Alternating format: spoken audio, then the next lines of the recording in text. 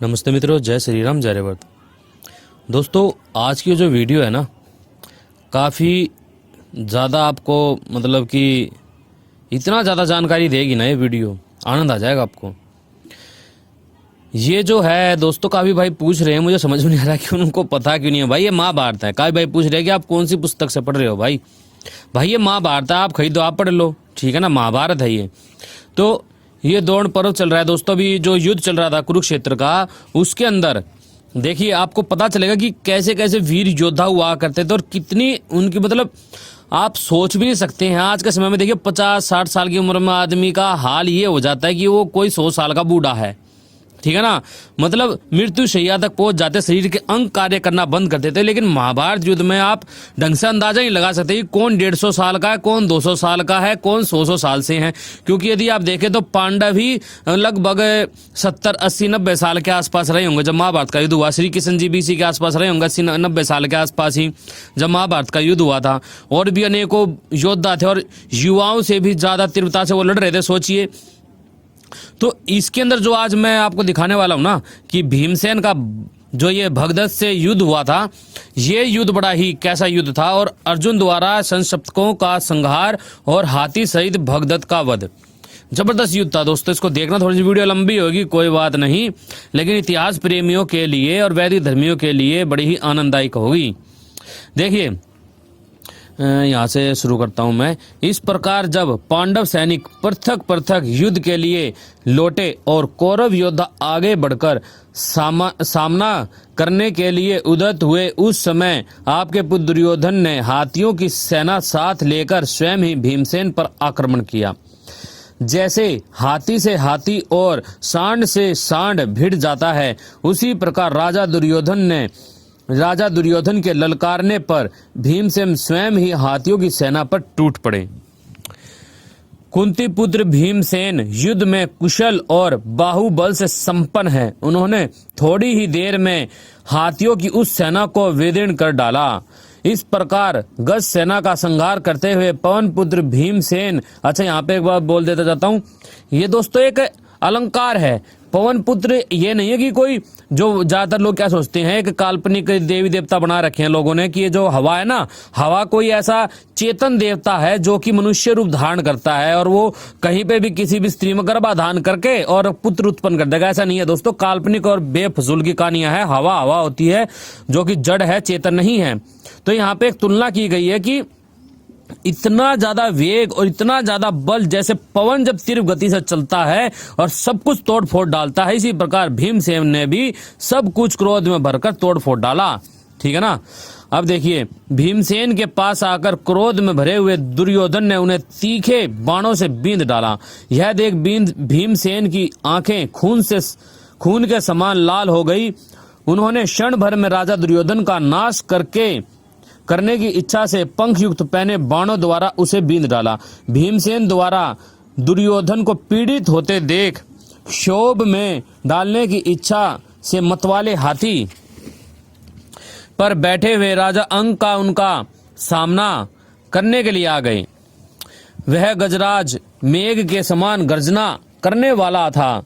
उसे अपनी ओर आते देख भीमसेन ने उसके कुंभ स्थल में नाराजों द्वारा गहरी चोट पहुंचाई। भीमसेन का बाण उस हाथी के शरीर को चीरकर पृथ्वी में समा गया।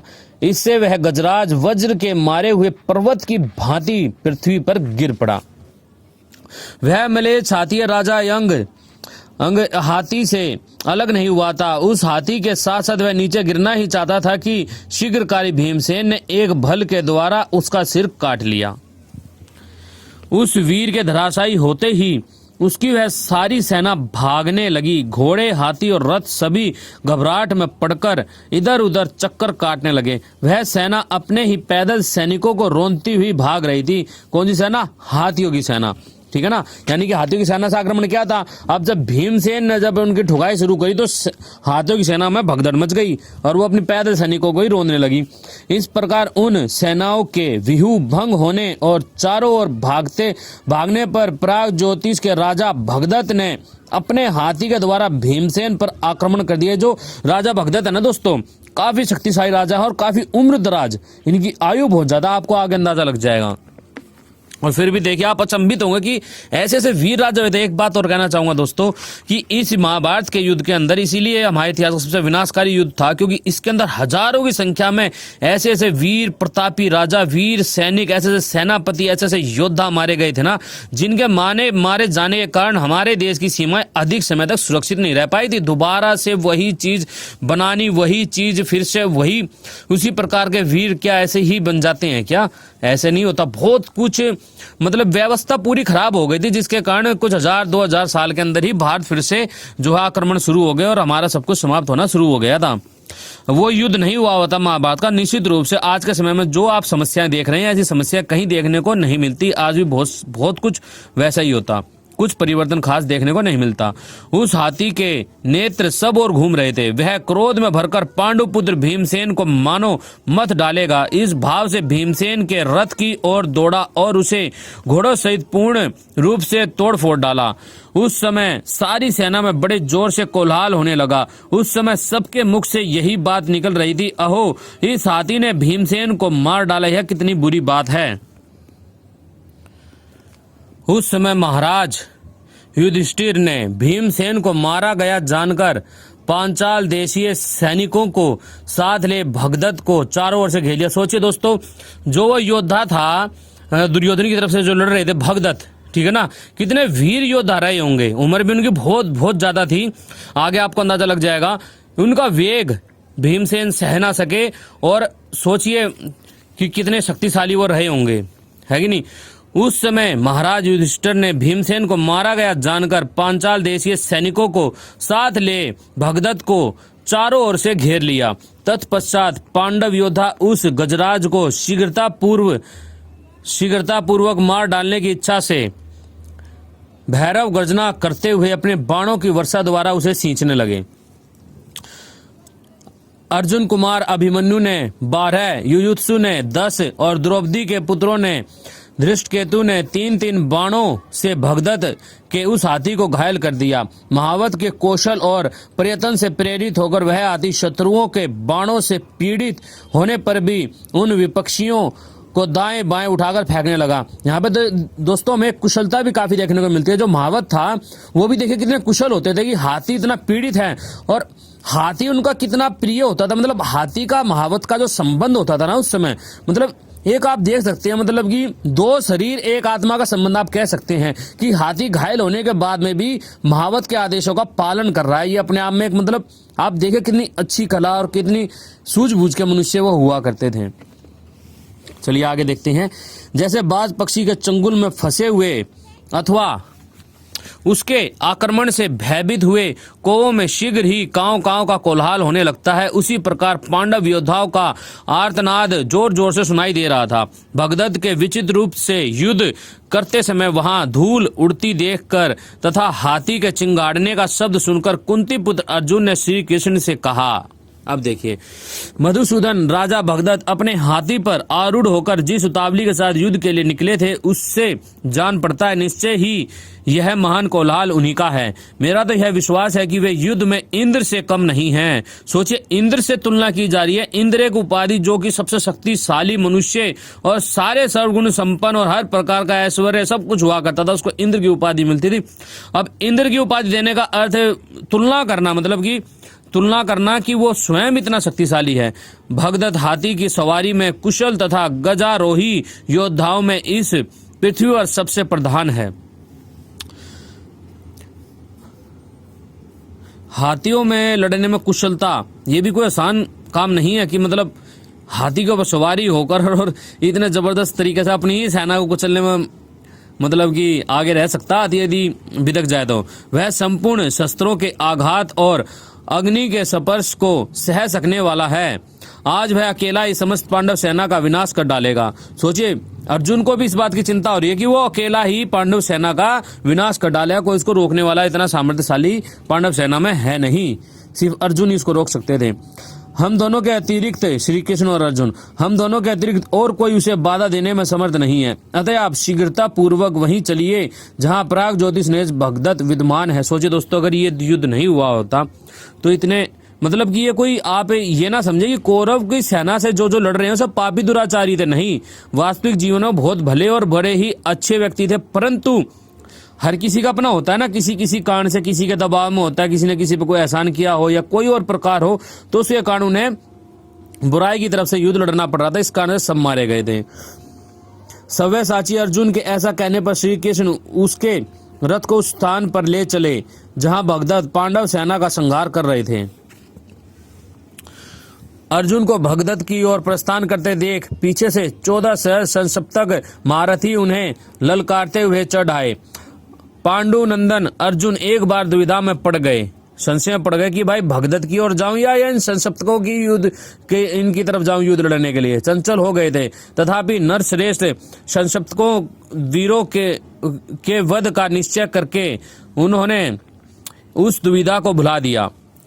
तदंतर संसप्तक महारथियों ने झुकी हुई गांठ वाले सैकड़ों सहस्त्रों बाणों की वर्षा की।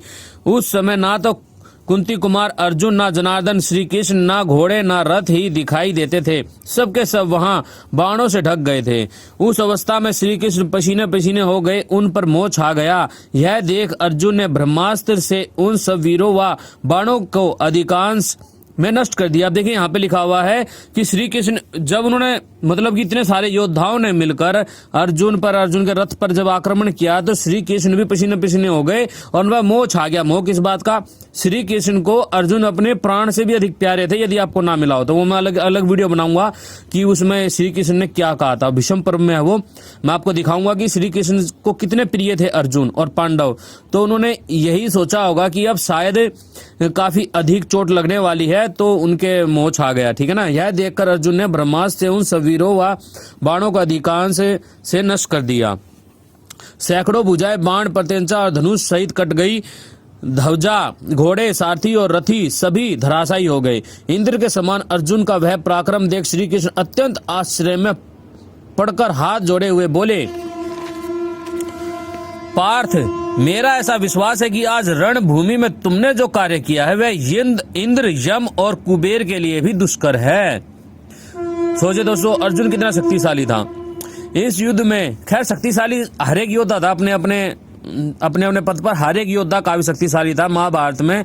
और चाहे वो कौरवों की तरफ से लड़ रहा हो, दुर्योधन की तरफ से लड़ रहा हो, या फिर वो जो है पांडवों की तरफ से लड़ रहा हो, किसी तरफ से लड़ रहा हो, दोनों तरफ बड़े शक्तिशाली योद्धा थे। बस धर्म अधर्म यदि हम देखते हैं तो जो दुर्योधन था वो अधर्म फैला रहा था और पांडव अपने हक के लिए लड़ रहे थे, ठीक है ना। बस इतना अंतर था कि दोनों तरफ शक्तिशाली थे, धर्मात्मा भी दोनों तरफ से ही थे। इस प्रकार वहां खड़े हुए संसप्तक योद्धाओं में से अधिकांश का वध करके अर्जुन ने श्री कृष्ण ने कहा, अब भगदत्त के पास चलिए। तब द्रोणाचार्य की सेना के समीप जाने के इच्छुक अर्जुन ने सुवर्ण भूषित एवं मन के समान वेगशाली घोड़ों को श्री कृष्ण ने बड़ी उतावली के साथ द्रोणाचार्य की सेना तक पहुंचने के लिए हाका। द्रोणाचार्य द्वारा सताए हुए अपने भाइयों के पास जाते हुए कुरुश्रेष्ठ अर्जुन को भाइयों सहित सुशर्मा ने युद्ध की इच्छा से ललकारा और पीछे से उन पर आक्रमण किया। तब श्वेतवाहन अर्जुन ने अपराजित श्री कृष्ण से इस प्रकार कहा। अपराजित मतलब कभी भी श्री कृष्ण ने जितने भी युद्ध लड़े हैं ना दोस्तों आज तक, उस समय महाभारत युद्ध में, तो कभी भी कोई भी युद्ध वो हारे नहीं थे। भाइयों सहित यह सुशर्मा मुझे पुनः युद्ध के लिए बुला रहा है। उधर उत्तर दिशा की ओर अपनी सेना का विनाश किया जा रहा है। मधुसूदन, इस संसप्तकों के ने आज मेरे मन को दुविधा में डाल दिया है। क्या मैं संसप्तकों का वध करूं अथवा शत्रुओं द्वारा पीड़ित हुए अपने सैनिकों की रक्षा करूं? इस प्रकार मेरा मन संकल्प विकल्प के हिंडोले में झूल रहा है, यह आप जानते ही हैं। बताइए अब मेरे लिए क्या करना श्रेष्ठ होगा? अर्जुन के ऐसा कहने पर श्री कृष्ण ने अपने रथ को उसी ओर लौटाया जिस ओर त्रिगर्त राज सुशर्मा उन पांडव कुमार को युद्ध के लिए ललकार रहा था। वहां पहुंचकर अर्जुन ने सुशर्मा को 7 बाणों से घायल करके 2 छुरों द्वारा उसके ध्वज और धनुष को काट डाला। साथ ही त्रिगत राज के भाई को भी 6 बाण मारकर अर्जुन ने उसे घोड़ों और सारथी सहित तुरंत यमलोक भेज दिया। तब सुशर्मा ने भी सर्प के समान आकृति वाली लोहे की बनी हुई एक शक्ति को अर्जुन पर चलाया और श्री कृष्ण पर तोमर से प्रहार किया। अर्जुन ने 3 बाणों द्वारा शक्ति और 3 बाणों द्वारा तोमर को काटकर सुशर्मा को अपने बाण समूह द्वारा मोहित करके उसे पीछे लौटा दिया। अर्जुन ने बाणों की वर्षा से कौरव सेनाओं को आच्छादित करते हुए गरुड़ के समान वेग से भगदत्त पर आक्रमण किया। जैसे 60 वर्ष का मध्यस्त्रावी हाथी क्रोध में भरकर नरकुलों के वन को रौंद कर धूल में, यानी कि सरकंडों के वन को रौंद कर धूल में मिला देता है, वैसे ही प्रयत्नशील पार्थ ने आपकी सेना को मटियामेट कर दिया। उस कौरव सेना के मथे जाने पर राजा भगदत्त ने उस सुप्रतीक हाथी के द्वारा सहसा धनंजय पर आक्रमण किया। तब अर्जुन ने राजा भगदत्त का धनुष काटकर उसके अनुचरों को भी मार डाला और लाड़ लड़ाते हुए से उनके साथ युद्ध आरंभ कर दिया। भगदत्त ने सूर्य की किरणों के समान तीखे 14 तोमर चलाए, परंतु सव्यसाची अर्जुन ने उनमें से प्रत्येक के 2-2 टुकड़े कर डाले। तब इंद्र कुमार अर्जुन ने भारी वाण वर्षा के द्वारा उस हाथी के कवच को काट डाला, जिससे वह कवच जीर्ण शीर्ण होकर पृथ्वी पर गिर पड़ा। तत्पश्चात अर्जुन ने अपने बाणों द्वारा राजा भगदत्त के छत्र व ध्वजा को काटकर मुस्कुराते हुए 10 बाणों द्वारा तुरंत ही उस पर्वतेश्वर को बींध डाला। उन बाणों से घायल हो अत्यंत पीड़ित होकर भगदत्त ने वैष्णवास्त्र प्रकट किया। उसने कुपित हो अपने अंकुश को ही वैष्णवास्त्र से अभिमंत्रित करके पांडुनंदन अर्जुन की छाती पर छोड़ दिया। भगदत्त का छोड़ा हुआ वह अस्त्र सबका विनाश करने वाला था। श्री कृष्ण ने अर्जुन को ओट में करके स्वयं ही अपनी छाती पर उसकी चोट सह ली।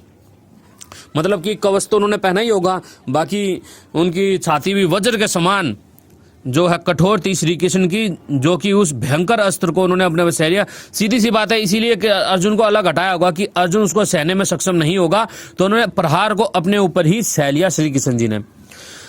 वैसे दोस्तों, यदि श्री कृष्ण जी महाराज नहीं होते तो पांडव बेचारे भोले भाले भी थे और धर्म से चलने वाले भी थे। खैर, पूरी तरीके से सूक्ष्म होता है धर्म, इतना ज्यादा समझना हर किसी के बस की नहीं होता जब संकट आता है।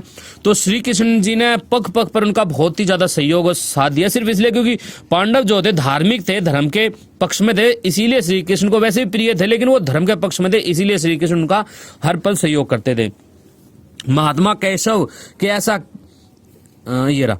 तब श्री कृष्ण ने अर्जुन से यह रहस्यपूर्ण वचन कहे, पार्थ, अब यह महान असुर उत्कृष्ट अस्त्र से वंचित हो गया है, अतः तुम उसे मार डालो। महात्मा केशव के ऐसा कहने पर कुंती पुत्र अर्जुन उसी समय भगदत्त पर सहसा पैने बाणों की वर्षा करने लगे। तदंतर महाबाहु महामना पार्थ ने बिना किसी घबराहट के हाथी के कुंभ स्थल में एक नाराज का प्रहार किया। वह नाराज उस हाथी के मस्तक पर पहुंचकर उसी प्रकार लगा जैसे वज्र पर्वत पर चोट करता है, जैसे सर्प बांबी में समा जाता है, उसी प्रकार वह बाण हाथी के कुंभ स्थल में पंख सहित समा गया।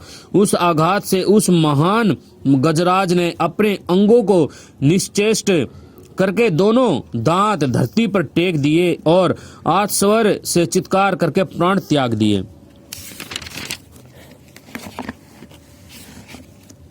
हाथी के मारे जाने पर श्री कृष्ण ने गांडीवधारी अर्जुन से कहा, पार्थ, यह भगदत्त बहुत बड़ी अवस्था का है, इसके सारे बाल पक गए हैं और ललाट आदि अंगों में झुर्रियां पड़ जाने के कारण पलकें झपकी रहने से इसकी आंखें प्राय बंद सी रहती हैं। यह सूरवीर तथा अत्यंत दुर्जय है। इसने अपने दोनों नेत्रों को खुला रखने के लिए पलकों को कपड़े की पट्टी से ललाट में बांध रखा है। इससे से ही आपको अंदाजा लग गया होगा कितनी आयु रही होगी उस वीर योद्धा की, जिसको दुर्जय कह रहे हैं श्री कृष्ण जी महाराज भी। श्री कृष्ण के कहने से अर्जुन ने बाण मारकर भगदत्त के सिर की पट्टी अत्यंत छिन्न भिन्न कर दी। उस पट्टी का करते ही भगदत्त की आंखें बंद हो गईं।